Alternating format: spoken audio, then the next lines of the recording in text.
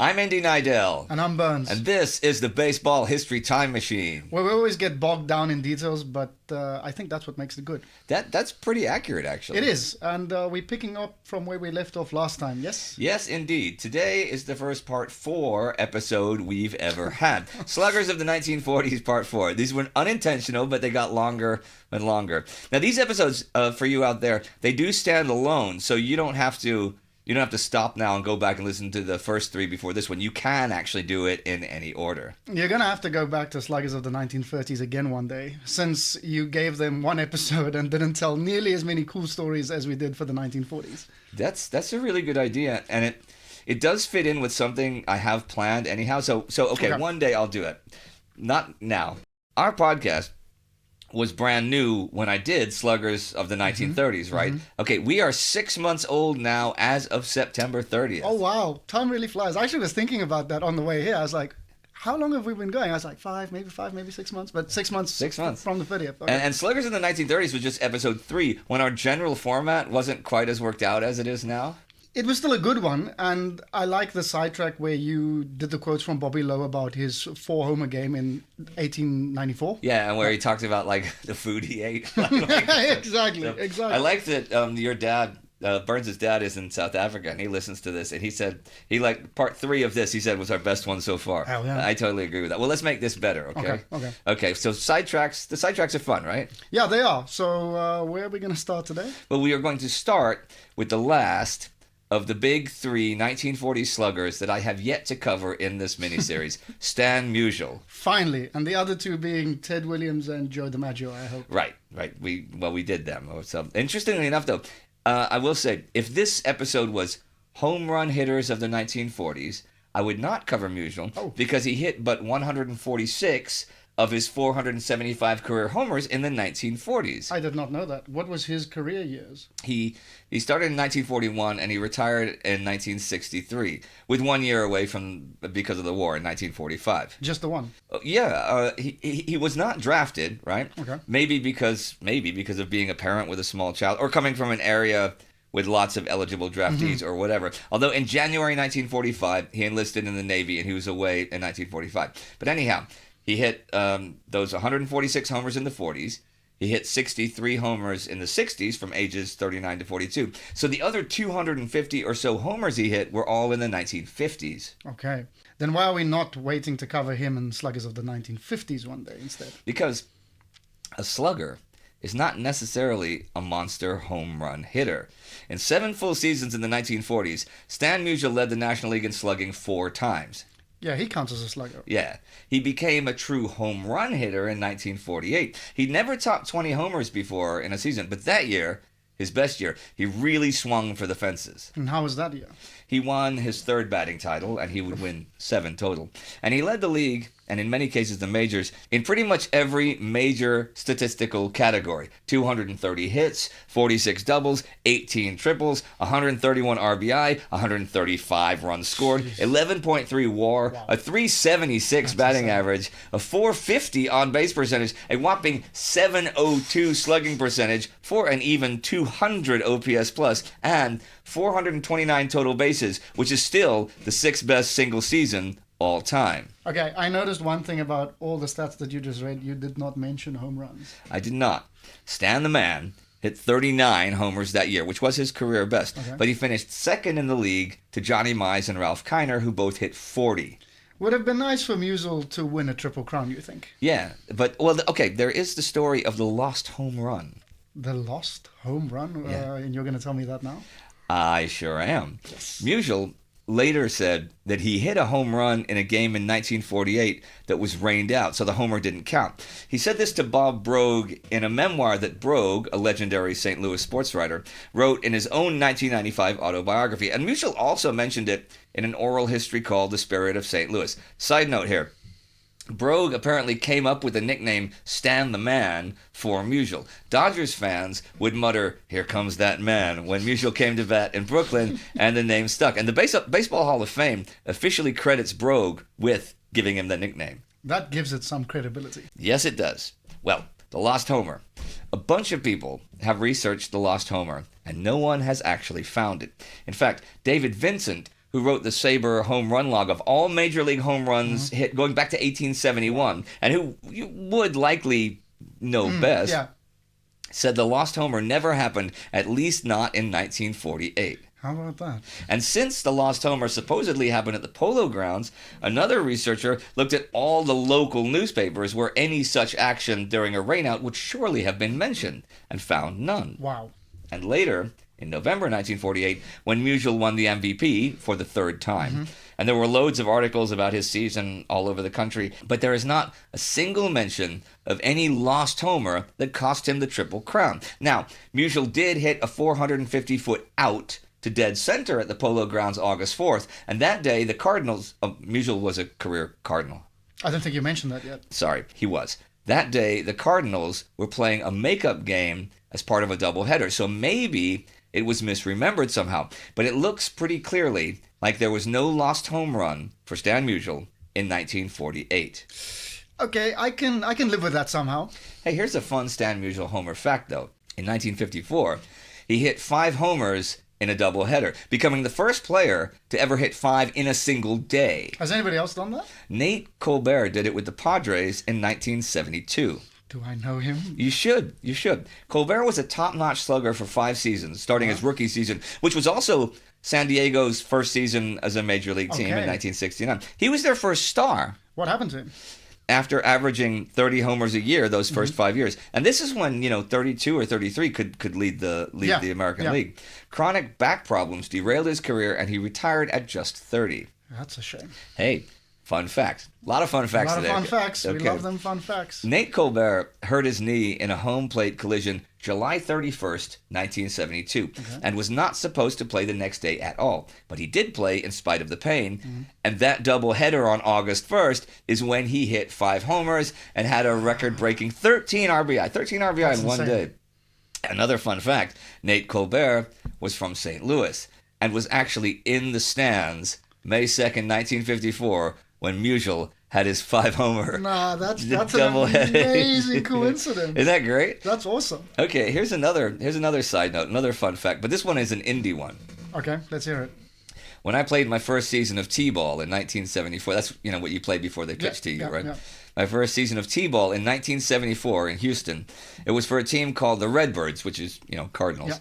And my first glove was a Stan Musial model. Okay. It was way too big for me since my mom didn't want to keep buying me gloves every couple years when I got older, got bigger. So that was the glove I had from then on and all through high school. And how did the Redbirds do in 1974? I remember it well.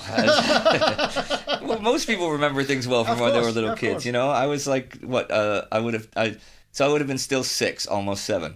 Yeah. My elementary school, Rummel Creek, had 5 teams. The Red Sox, Dodgers, Giants, Sluggers, and Redbirds. And the next elementary school over, Bendwood, had the Broncos, the Reds, the Bandits, and the Cougars. So we had a sort of a crossover league with them, where we play each of our teams from our school twice, and each of theirs once, right? Okay, like a division kind of thing. But we play more games in our own division, I guess you could say. Okay. We the Redbirds finished last in the Rummel Creek standings, but we did win our last 2 games. And I remember this still specifically: 28-10 and 30-9 over the Sluggers and the Cougars. I should point out to you that you were allowed to score a maximum of 7 runs in an inning, and they were 5-inning games, so 35 max. So 30 runs was pretty darn good. And how did you do? How did I do? We got certificates at the end of the year which had our batting averages on them. Oh, wow. And I hit an even 500. But this was not especially close to being best on the team. We were 6 years old. We were not good fielders. That makes sense. Even with your adult-sized Stan Musial glove. Even with that. Hey, remember I said in part 2 that from Joe DiMaggio's first game in which he hit 500, he never had a career average at all at any point in his career for any game below 314. Yeah, I recall. Okay, well, Musial came up in September 1941, and in 12 games he hit 426. That's a hell of a stat. Musial also went 500 in his first game, like DiMaggio. He was 2 for 4.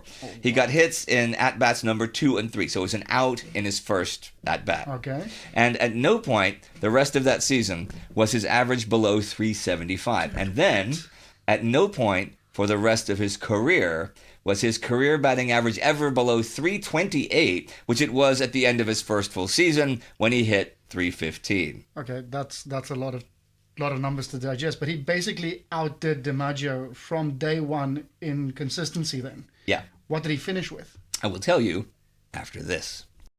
Stan Musial hit 331 for his career, and that includes 4 sub-300 seasons at the end of it. His peak career average was after the 1946 season when he was at 350, though he was still above 340 as late as 1958. Okay, what were Williams and DiMaggio's career averages at their highest point then? Williams maxed out at 356 after his 400 season in 1941, but was still at 350 for his career after 1957. Okay. DiMaggio's top was 345 also after 1941. Did Williams never have his average dip below like 300 or whatever from game one of his rookie year? Williams did hit 327 his rookie year, but after his first 20 games, he was hitting just 235. So no, he's not. Okay, so wait, if Musial wasn't hitting a lot of homers until the end of the 40s, but was leading the league in slugging even at the beginning, then what was he hitting? Well, for starters, he was hitting an awful lot of doubles.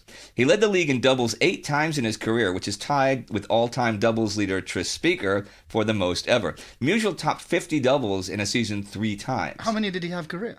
He had 725, which when he retired was second all-time behind Speaker and one ahead of Ty Cobb. Now, Pete Rose has since passed Musial, though it took 3,000 more plate appearances to do it. In addition to the doubles, though, Stan the Man hit a lot of triples. Really? In the 1940s? Yeah.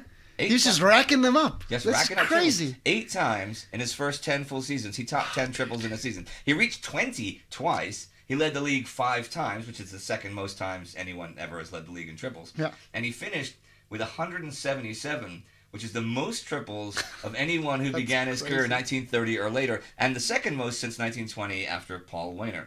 Musial led the National League in slugging 6 times overall. Okay, how about homers, though? Everybody wants to know about homers, Sure. right?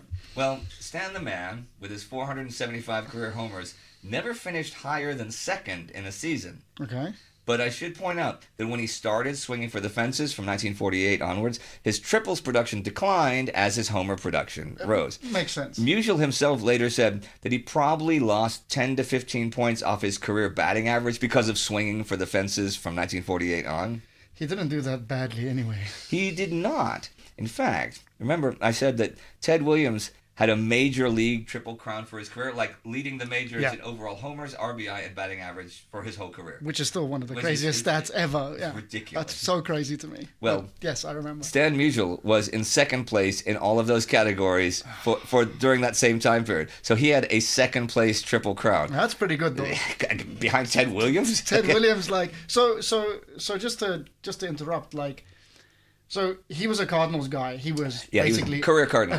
Williams was a career Red Sox. And Williams was, so those guys are basically the best players to basically ever play for those 2 franchises, probably. Oh, yeah. I mean, you could argue that Rogers Hornsby was a better hitter for the Cardinals when he had that 5-year run when he averaged over 400, but he wasn't a career Cardinal. No. And well, he did play second base. So that's you could make the argument, and some people would argue for Albert Pujols. Okay. As well, but you cannot argue that anyone was a better hitter for the Red Sox than Ted Williams. No. Or for the Cardinals and Stan Musial. For the career Cardinal, he's Mr. Cardinal. He's yeah. That's insane. Okay. But speaking of his second place Triple Crown career finish, Musial was good at second place finishes. What do you mean by that?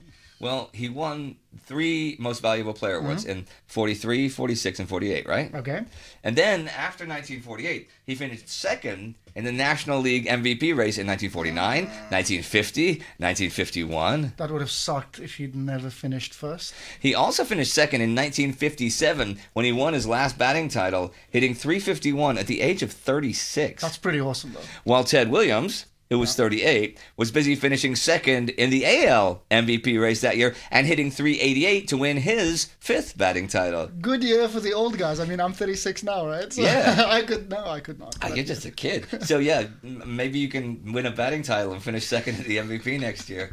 And it was a great year for the old guys, and neither of them were that far in the MVP voting behind the actual winners, who were Hank Aaron and Mickey Mantle. Williams, I read somewhere, when he hit that 388, he did it, he slower because he was older, without a single infield hit all season, which is just crazy. Okay. Musial actually had a run of 10 consecutive seasons where he was in the top 10 in the MVP voting, starting with his third MVP win in 1948. Willie Mays actually did the same. And where was Musial from, though? He was from Pennsylvania, like 30 miles south of Pittsburgh, a town called Donora. He played high school ball with a guy named Buddy Griffey. Griffey? Father of Ken Griffey and grandfather of Ken Griffey Jr. Wow, go Donora. If I were to ask you, Burns, who was the best left-handed outfielder from Donora, Pennsylvania, born on November 21st, who appeared in exactly 22 Major League seasons, what would you say? I'd say that's an extremely specific question.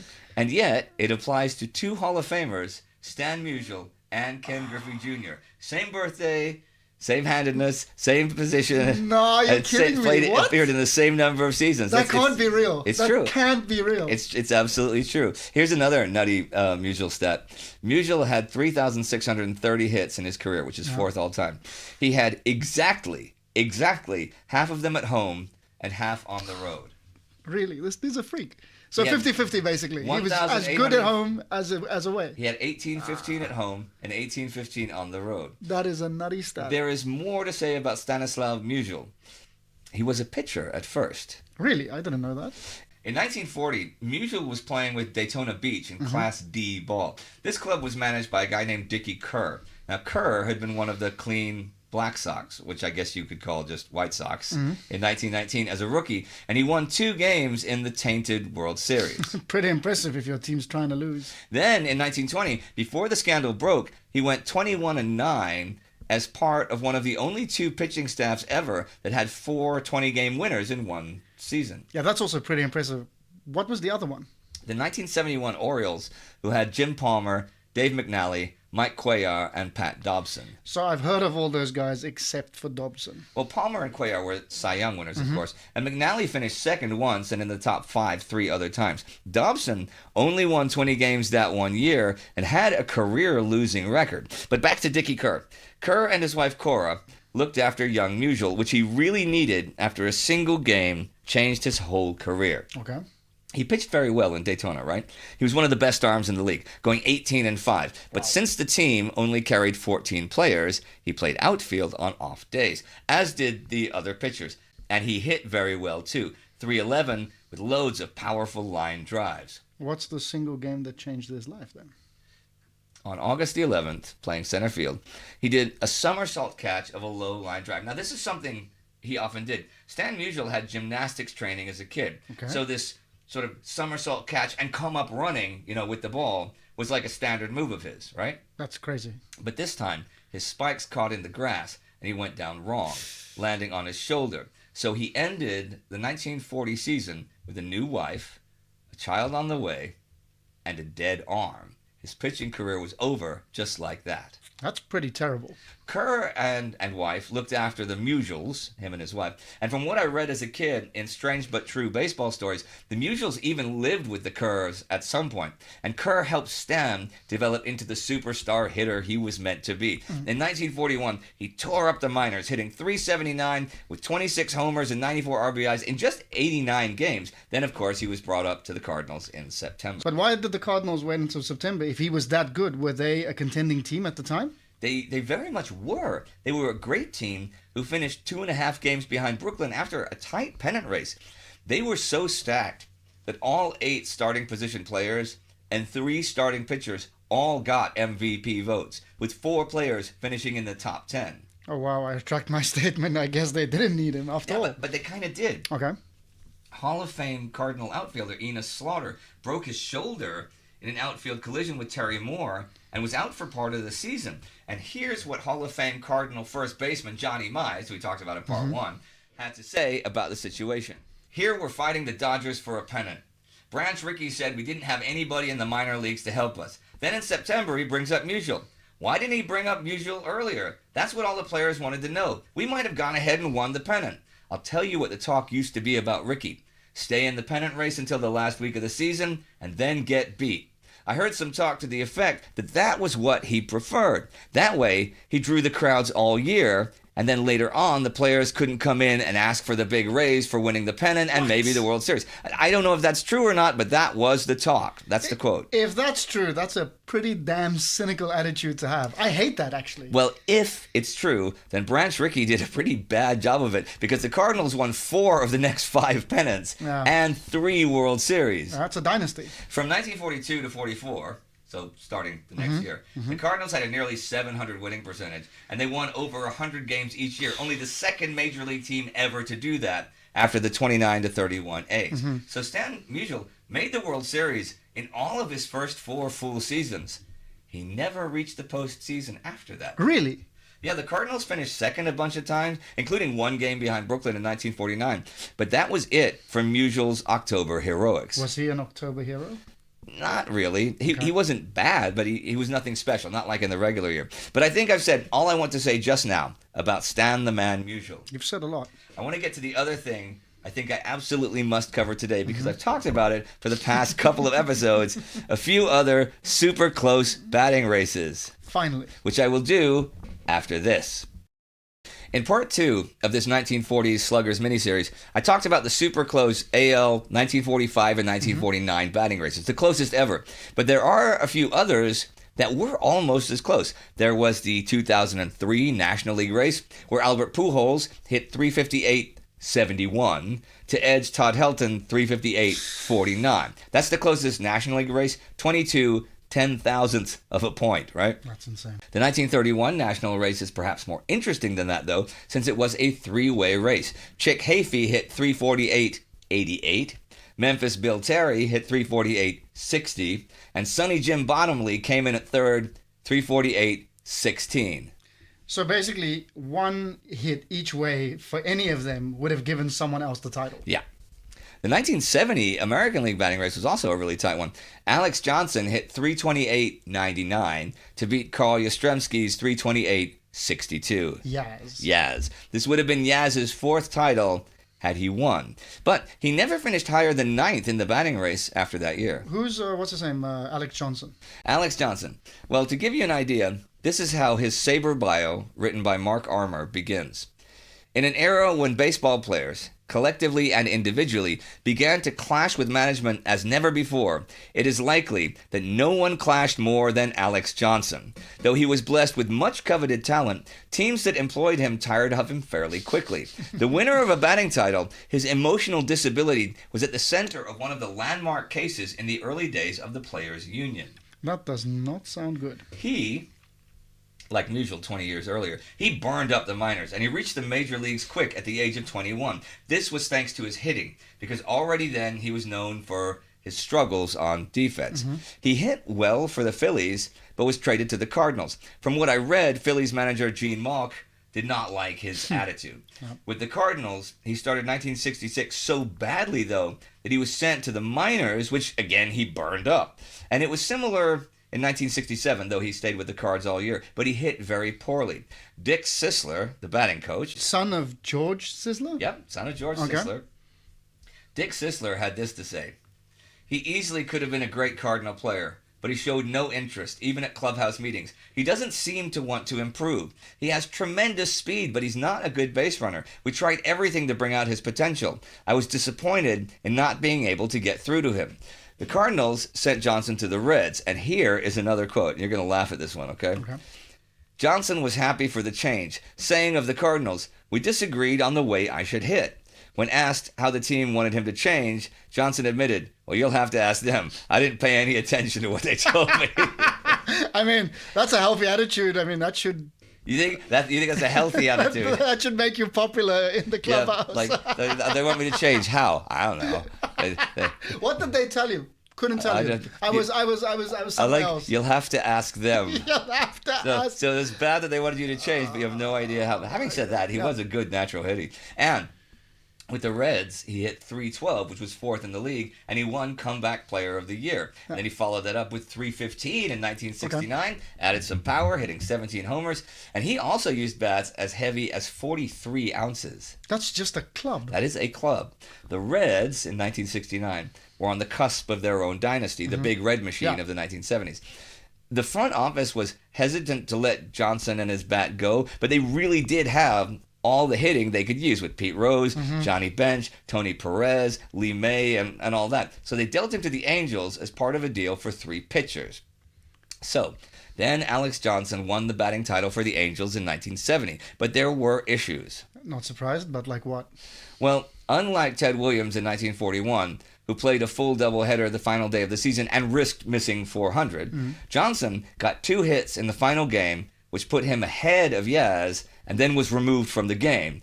And this caused a stir, so he wouldn't like strike out or something and lose the title. And this caused a stir, especially in Boston, where Yaz played. Yeah, I can see why. But that wasn't just it. Johnson was fined several times that year for indifferent play. And it was not uncommon for him to yell obscenities at the press and even teammates when they tried to talk to him. The Angels in 1969 finished dead last, and they were above 500 in 1970, but one teammate said Johnson wouldn't be good for them even if he was hitting 400, and it got even worse in 1971. How does that get worse? By the end of June, he had been fined 29 times and benched 5 others. He sat alone on the bench in the dugout between innings. A couple times he let fly balls drop that he could have gotten. He didn't run out ground balls when he hit ground balls. He absolutely wrecked the club's morale. You have to ask why. Like why are you like this, dude? I don't know. From what you read, away from the field, he was a super nice guy. He didn't drink, he didn't smoke, he was fun to hang out with, but that's away from the field. He was suspended indefinitely June 25th. It's fairly obvious that he had the sort of emotional issues that would be treated today, but this was 1971. Yeah, of course. The Players Association sued baseball to overturn the suspension, but no dice. And then 2 shrinks finally examined him and agreed that because of emotional issues, he couldn't give his best efforts. And it was a really big stink. You can Google, or anybody out there, you can Google the Alex Johnson case for all the details, but it was really messy, and it made big headlines. Okay, what happened then? Well, he obviously wasn't going to continue playing with the Angels. They traded him to the Indians, for whom he had a good first half and a bad second half. From there, he went to the Rangers in 1973. Now, remember, this was the year the designated hitter began. So that's great. So that's mainly what he did that year, rebounding to hit .287, solid .287. Pretty decent, yeah. He started 1974 playing more outfield, though, and was hitting .291, but manager Billy Martin sent him to the Yankees in September and specifically said it was because Martin demands that all his players run out ground balls. And Johnson wouldn't do that, and Martin, so they got rid of him because of that. Then, he's with the Yankees in 1975, and Billy Martin is hired by the Yankees midseason as their manager, so Johnson got put on waivers.